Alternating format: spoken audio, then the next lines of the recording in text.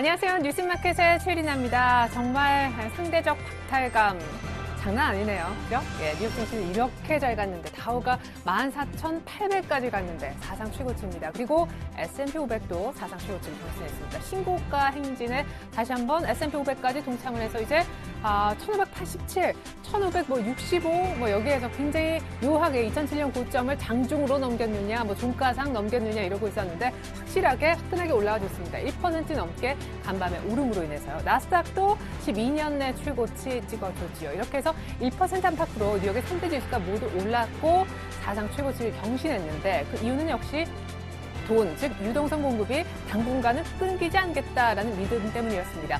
미국의 양적 완화 조기 종료 시점에 대한 논란이 분분했었는데요. 지난달 FOMC에서 회의를 한 결과, 그러니까 거기에 이제 노트로 빼곡히 누가 무슨 말을 했고 이런 거 적은 그 노트가 공개가 됐는데 그 노트가 좀 어려운 이름으로 의사록이라고 합니다. 근데 거기에서는 많은 다수의 아직은 의원들이 돈이 아직까지 풀려야 되고 시장은 아직도 좀 도와줘야 된다라는 입장이 있었습니다. 시장은 이 돈줄이 끊길까 봐 걱정을 하고 있었는데 안도의 한숨을 내쉰 것이죠. 때문에 뉴욕 증시가 갔고요.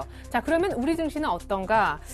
처참합니다. 우리 증시 정말 어떡하나 싶어요. 누가 좀 구해줬으면 좋겠는데 사실 제가 이제 걱정했던 거는 일본에서 그렇게 화끈한 부양책을 하고 난 다음에 우리는 저쪽에서 이제 화려한 콘서트 일본에서 하고 우리는 작은 음악회가 되지 않을까 했었는데요. 예, 음악회 자체가 그냥 캔슬 됐습니다. 노래를 시장에 부를 수가 없는 이유죠. 예상 밖의 금리가 묶였죠. 한국은행의 금통위가 있었던 오늘 4월 11일 오전 10시 한 10분경 발표가 있었습니다. 어쩐지 한은의 금통위 주재하면서 들어오려고 하는 김준수 총재의 표정이 조금 미묘하다 싶었는데 오늘 결국 금리를 묶었습니다. 6개월째 동결한 것이고요. 2.75%로 동결이 되었습니다. 지금 그 현장 보고 계시는데요.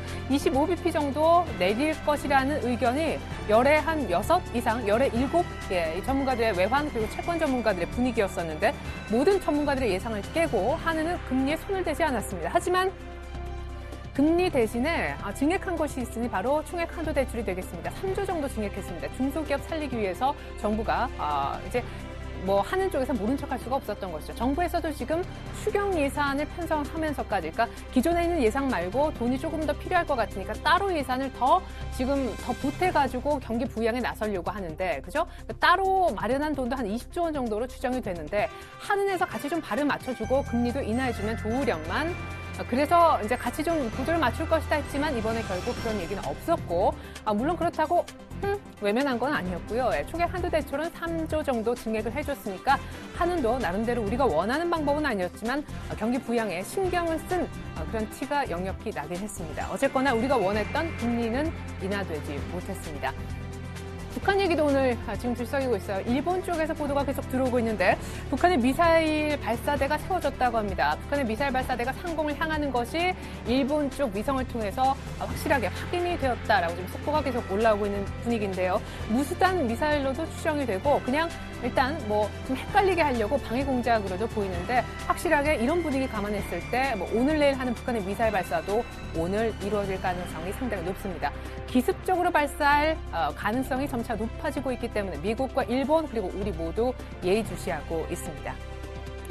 자, 북한의 미사일 발사도 임박했고 그나마 우리 모멘텀이었던 금리도 인하가 안 됐습니다. 어떡하죠? 코스피가 빠지겠죠? 현재 코스피 흐름은요.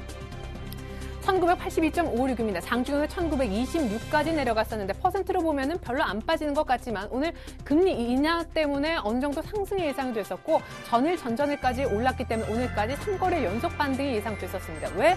미국이 돈 계속 푼다 그래서 사상 최고치로 올랐으니까 우리도 어느 정도는 가겠지 했는데 어제 사실 북한 리스크에도 외국인들이 돌아왔기 때문에 북한 리스크에 어느 정도 내성이 생겼다.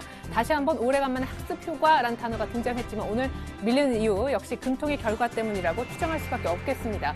자, 코스피는 1930선 위에 머물고 있다가 현재는요. 지금 33선까지 내려와 있는데 이때 1926선까지 내려갔었고 10시 지나면서 10시 10분경에 금리가 묶인 것이 발표가 됐기 때문에 이때부터 급격한 하락세를 보인 것입니다. 금리 동결 이후에 하락 전환한 이후 아직까지 하락폭을 좀 제한시키고는 있지만 그죠? 반등을 모색하고는 있지만 아직은 파란불이다라는 사실입니다. 코스피 수급 한번 보시죠. 외국인들이 어제 북한 리스크에도 불구하고 그리고 어제가 사실 뭐였습니까? 북한의 미사일 발사가 사실상 유력시됐던 그 4월 10일이었는데 그때 돌아왔던 외국인이 오늘까지도 일단 팔고 있지는 않습니다. 그런데 기관이 일단 1,000억 넘게 이 시간 동안 1,500억 정도 매도하거나 매수하면 11시 30분 대비 굉장히 많은 물량을 정리하거나 사는 셈이 된다고 여러 차례 말씀드렸는데요. 기관의 물량 정리가 만만치 않습니다. 근데 우리 외국인들은 조용하지만 누가 사죠? 개인이 1,000억 넘게 사주고 있습니다. 오늘 방어는 개인 쪽이 하고 있는데 금리가 동결되고 나서 시장이 빠지니까 그때 바로 달라붙은 세력이 개인입니다. 오늘 외국인들 선물도 잠깐 보시겠는데요. 화면 준비했습니다. 네, 외국인이 전일에 사고 오늘도 한 380억 정도 수폭은 매수입니다만 금리 동결되고 나서부터 북한 리스크까지 겹치다 외국인들의 선물 매도가 다시 시작됐다는 점 특이하고요. 오늘 의외로 개인들이 많이 사는데 그 시점은 금리 동결 이후 시장이 밀리는 1930선 아래쪽이었다라는 말씀도 드려보겠습니다. 이어서 코스닥 쪽으로 가보죠.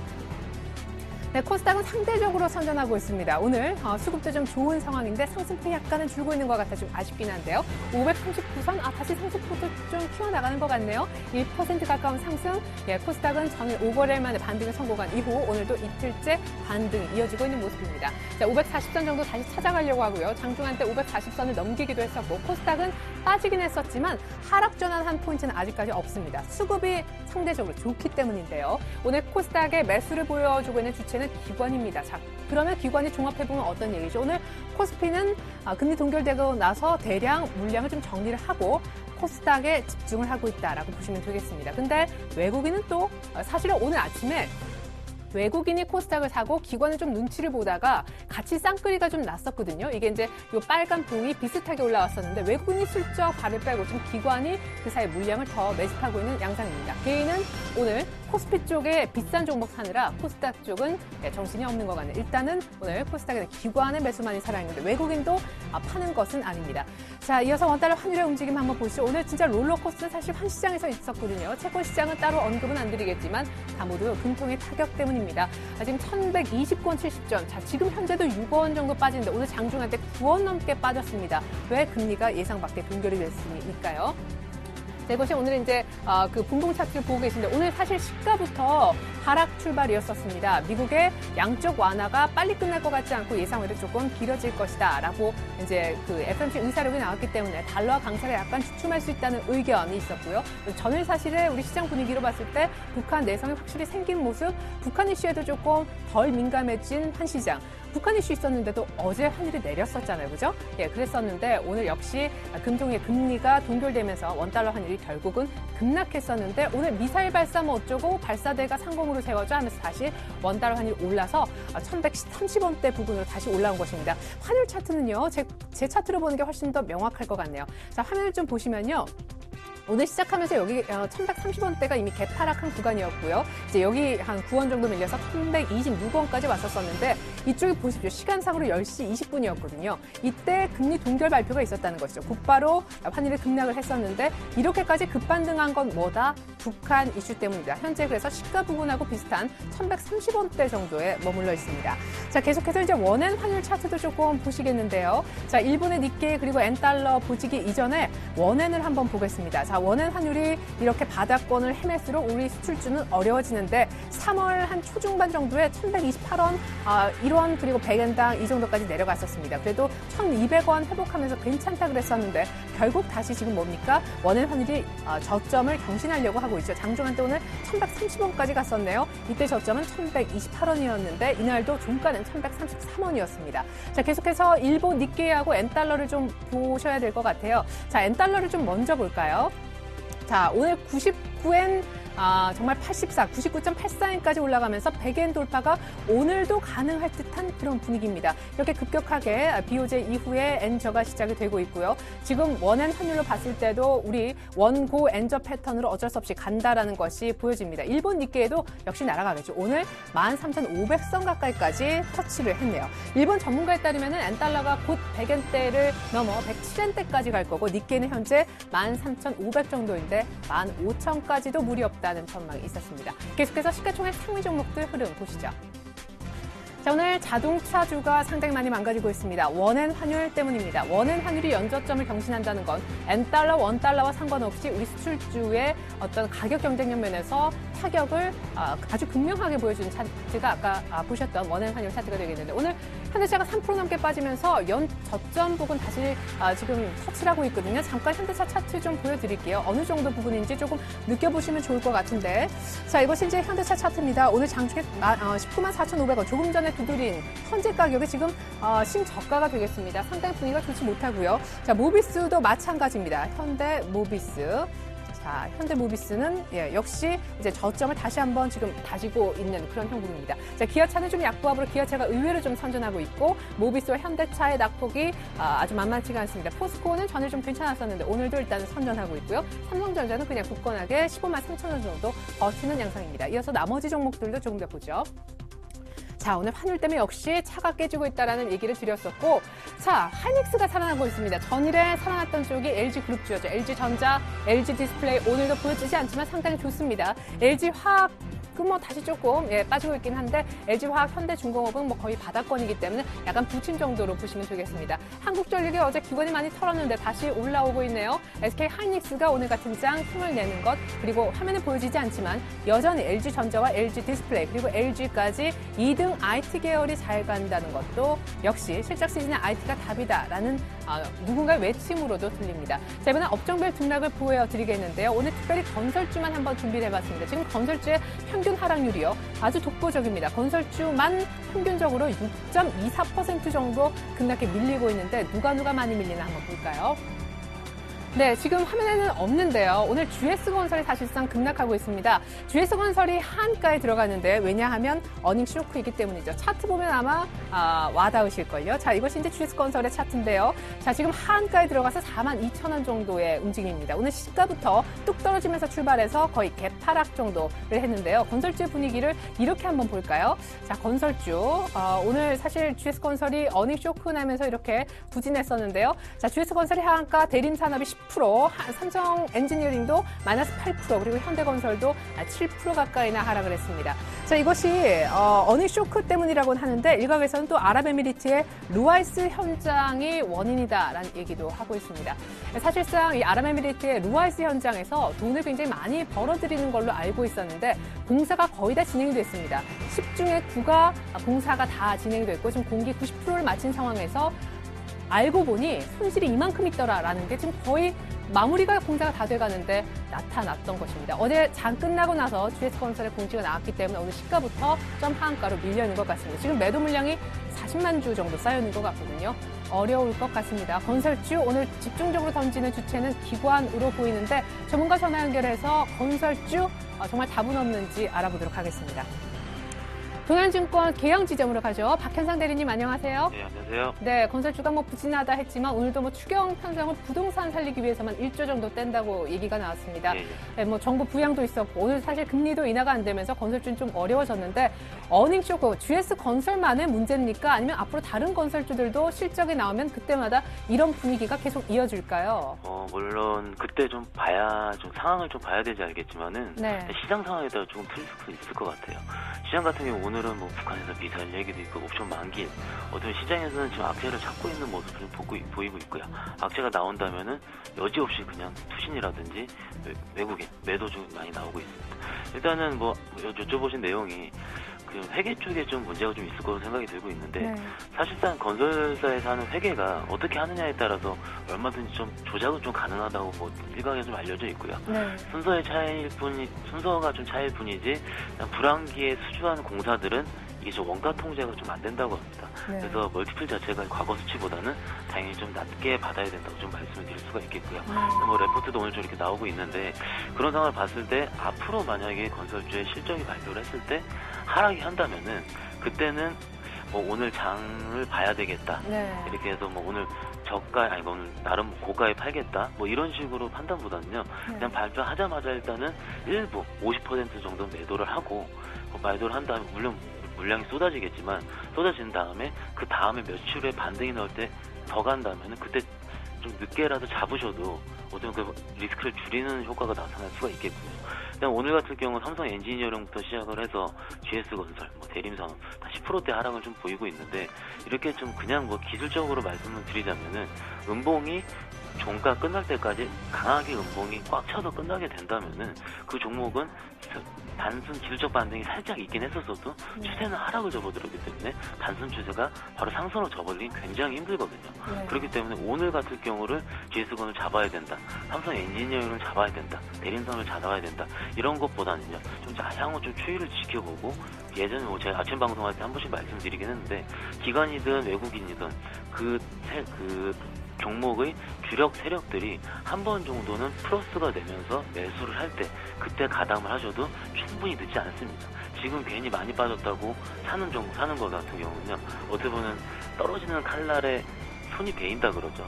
손이 벨 수도 있기 때문에 일단 매수는 지약 어떻게 보면 좀 추천을 드리고 싶진 않네요. 네, 그러면은 이미 손 베이신 분들을 위해서 치료적인 측면에서 한 말씀 부탁드릴게요. 오늘 전화 많이 왔을 것 같은데 GS건설 어떻게 해요? 뭐 난리도 아니었죠. 예. 일단은 뭐 기존 보유분들한테는 아까 말씀드린 대로 반 정도는 매도를 해야 된다고 말씀을 드렸고요. 네. 뭐 전략은 똑같습니다. 이게 지금 요즘 들어 좀 답답하게 좀 느껴지는 부분은 네. 한 종목에 대해서 너무 애착이 많으세요.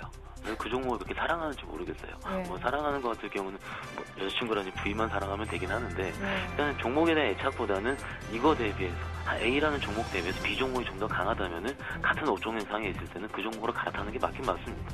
일단은 지금 뭐 최근 한 2007년도, 2008년도 대세상승장 같은 경우는 그런 경우가 아니었지만 최근 2년 동안 계속된 장 같은 경우는 떨어지는 종목이 계속 손이 비일 정도로 계속 떨어지고 있거든요. 네. 시장을 봤을 때 시장은 상승으로 보고 있더라도 내가 만약에 봤을 때 추가 투입을 해야 되느냐 펀드라든지 네. 연기금 똑같을 텐데 그 종목을 대해서 일단 안 좋게 생각하면 그 종목을 팔고 좋은 종목을 갈아탄다.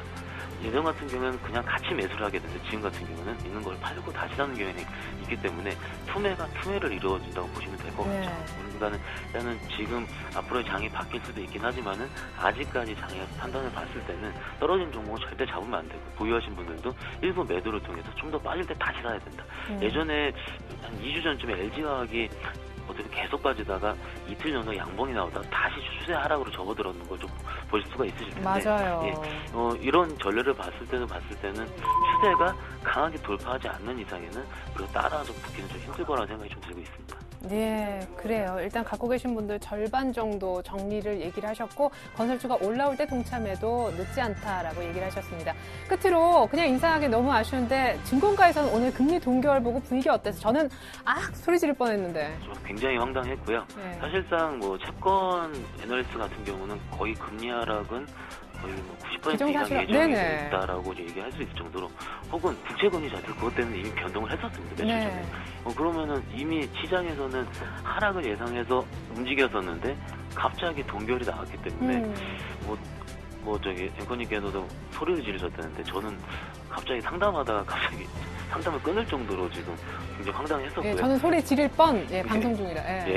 뭐 어쨌든 일단은 뭐 일각에서 봤을 때는 뭐 다음번에 될 수 있을 거 아니냐라는 뭐 약간의 그런 정도는 있긴 한데 일단은 뭐 저희 같은 경우가 다음 달을 본다거나 일단은 지금 시장에 좀 충실히 대응을 해야 되기 때문에 일단 지금 좀 황당하고 일단은 만약에 5장 만기를 통해서 지금 올라와야 되긴 하겠지만 지금 썩 포지션이 좋아 보이지는 않거든요. 그래서 뭐 일단 개인 옵션 포지션이라든지 외국인 선물도 봤을 때는 여기서 강하게 좀 올라올 가능성은 좀 적을 수도 있을 것 같습니다. 그렇기 때문에 일단 좀 대응을 좀 잘 하시는 게 좀 좋을 것 같아요. 네, 건설주 대응에 또 금리 동결했다는 증권가 분위기까지 감사합니다. 좀 씁쓸하네요. 동양증권 기양지점 박현상 대리님의 도움이 있었네요. 감사합니다. 네, 고맙습니다. 네.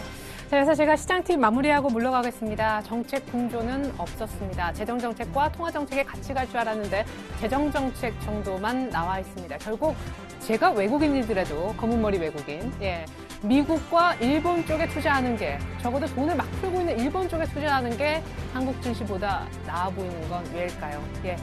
자, 한국은 1분기 기업들의 실적도 점점점 암울해지고 있고요. 오늘 하는 쪽에서 결국에 경기 전망치도 내렸다고 합니다.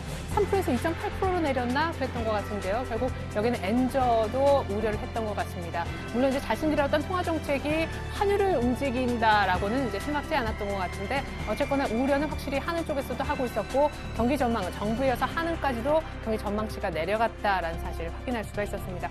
결국 잘 나가는 쪽 공략할 수밖에 없겠죠. 자, LG전자, LG디스플레이 이쪽 차트를 다시 한번 보겠습니다. 자, 조금 비싸더라도 이런 종목 사야 답이지라는 그런 생각이 들어서인데요. 자, LG전자의 차트입니다. 자, 이렇게 급등해서 제가 전일에도 어머머 의미가 크다 그랬는데 오늘 또 이런 모습이고요. 오늘 시장 분위기와는 그냥 따로 놉니다. LG 디스플레이 마찬가지입니다. 오늘도 이렇게 두 번 이어서 양봉, 지주회사 LG 역시 마찬가지. 그리고 조금 어려워지는 듯했던 SK 하이닉스도 오늘 결국에 물먹이 후에 3만 원을 이렇게 4만 원까지 이렇게 이제 가주려고 하는 그런 코스의 모습을 보여주고 있습니다. 그리고 삼성전자가 흔들리느냐? 예, 그렇지 않거든요. 자, 결국에는 IT 쪽이 실적 시즌의 해답으로 떠오른다라는 것이 극명하게 오늘 드러났습니다. 그리고 오늘 GS건설의 차트도 보셨을 거고 결국 좀 가는 것 같았지만 2, 3일 가다 주저앉는 화학주도 보셨을 겁니다. 철강, 조선 다르지 않겠죠. 그리고 오늘 셀트리온 차트만 마지막으로 보여드리고 인사드리고자 하는데요. 자, 이것이 이제 셀트리온 차트입니다.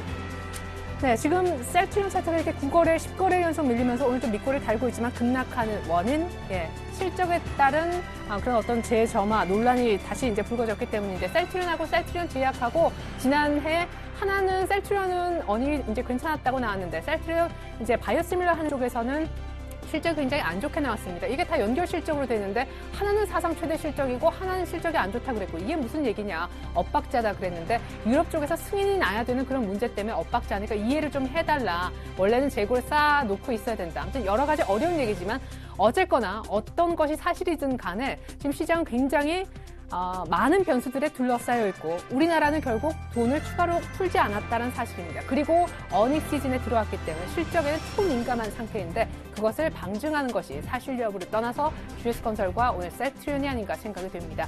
실적되는 IT로 대피하십시오. 고맙습니다.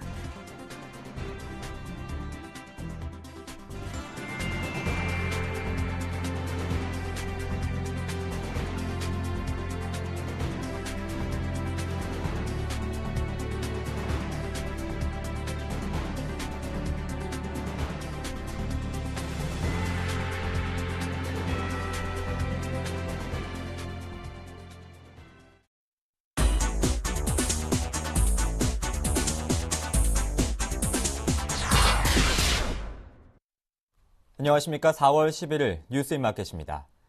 한국은행이 기준금리를 연 2.75%로 6개월째 동결했습니다. 금리는 동결했지만 총액한도대출을 기존보다 3조 원 늘려 새 정부의 경기 부양에 공조하겠다는 의지를 밝혔습니다. 한은은 오늘 김중수 총재 주재로 금융통화위원회를 열어 기준금리를 연 2.75%로 유지하기로 결정했습니다. 금리 동결은 작년 11월 이후 6개월 연속입니다. 한국은행은 작년 7월과 10월 기준금리를 각각 0.25%포인트 인하한 바 있지만 이후 현 금리 수준을 유지하고 있습니다. 경기가 좀처럼 살아나지 않고 있지만 바닥을 다지는 수준이고 수출이 증가세를 보이는 점 등 미약하게나마 경기 회복의 징후가 있다는 판단에 무게를 둔 것으로 보입니다. 한은은 또 총액한도 대출의 범위를 기존 9조 원에서 3조 원 늘린 12조 원으로 확대했습니다. 총액한도 대출은 한은이 정한 대출 총액 한도 내에서 시중은행에 저금리로 중기대출 자금을 지원하는 제도입니다. 금통위는 우수기술을 보유한 창업 7년 이내의 기업을 지원하기 위해 3조 원 규모의 기술형 창업 지원 한도를 신설했다고 밝혔습니다. 총액 한도 대출 금리는 현재 연 1.25%에서 연 0.5에서 1.25%로 낮추고 특히 기술형 창업 지원 한도 대출은 연 0.5%를 적용키로 했습니다. 재벌 총수 4명 중 1명은 상장사인 지주회사나 주력 계열사의 등기이사가 아닌 것으로 조사됐습니다. 이에 따라 임원의 개별 연봉 공개 대상이 연봉 5억 원 이상의 등기이사와 감사로 최종 확정되면 이들은 대상에서 제외될 가능성이 큽니다. 금융감독원 전자공시 시스템에 따르면 작년 사업보고서 기준 50대 재벌 총수 가운데 상장사인 지주회사나 주력 계열사의 등기이사로 올라와 있는 사람은 최태원 SK그룹 회장, 정몽구 현대차그룹 회장, 구본무 LG그룹 회장, 신동빈 롯데그룹 회장 등 38명입니다. 반면 재계설 2위인 삼성전자 이건희 회장과 이재용 부회장 등 나머지 12명은 기업에 대한 실질적인 지배력은 있지만 미등기이사거나 일부 비상장사의 등기이사로만 등록되어 있습니다. 현재 정치권이 추진 중인 임원의 개별 연봉 공개 대상이 등기이사로 제한될 경우 미등기이사나 비상장사의 자리를 둔 재벌 총수는 제외될 가능성이 클 것으로 보입니다. 미국과 일본, 영국 등은 등기 미등기 구분 없이 상위 연봉자 위주로 임원 보수를 개별 공개하고 있어 제도 도입 취지가 무색하다는 지적입니다. 대출 중개업체의 불법 수수료를 돌려주기 위한 예치금 제도가 추진됩니다. 금융감독원은 대부금융협회와 협의해 불법 대출 수수료 환급에 쓰이는 예치금 제도를 도입하는 방향으로 대부업체 내규 개정을 추진한다고 밝혔습니다. 예치금 제도는 현재 일부 대부업체만 자율적으로 운영하고 있습니다. 중개업체가 대출자를 모집할 때 해당 대부업체의 수수료의 절반가량을 맡겨두고 불법 수수료를 받은 게 드러나면 예치금을 활용해 수수료를 대출자에게 돌려주는 방식입니다. 중개업체는 대출 모집 계약을 맺은 대부업체에 항상 일정한 규모의 예치금을 유치해야 합니다. 한편 지난해 말 국내 대출 중개업체는 법인이 114개, 개인이 679명입니다. 이들은 지난해 47만 건의 1조 6천억 원의 대출을 중개하고 월 평균 6.2%인 996억 원의 대출 수수료를 수입 올렸습니다. 코스닥 시장에서 외국인이 가진 주식 비중이 2008년 금융위기 이후 최대 수준을 회복했습니다. 한국거래소에 따르면 코스닥 시장 내 외국인의 지분율은 지난 9일 5.04%로 금융위기 시작인 2008년 이후 가장 높은 수준을 기록했습니다. 외국인이 중소형주 중심인 코스닥 시장에 대한 투자를 늘린 것은 성장주에 대한 관심과 시장 자체의 저평가 매력이 동시에 작용한 것으로 분석됩니다. 외국인은 올해 들어 꾸준히 코스닥 시장 주식을 사들여 지분을 늘렸습니다. 올해 초부터 지난 9일까지 코스닥 시장에서 7,280억 원어치의 순매수했습니다. 반면 같은 기간 유가증권 시장에서는 4조 6,480억 원어치를 순매도해 코스피 하락을 주도했습니다. 이어서 오늘의 기업 뉴스를 전해드립니다. 삼성전자가 세계에서 가장 명망 높은 기업 16위에 올랐습니다.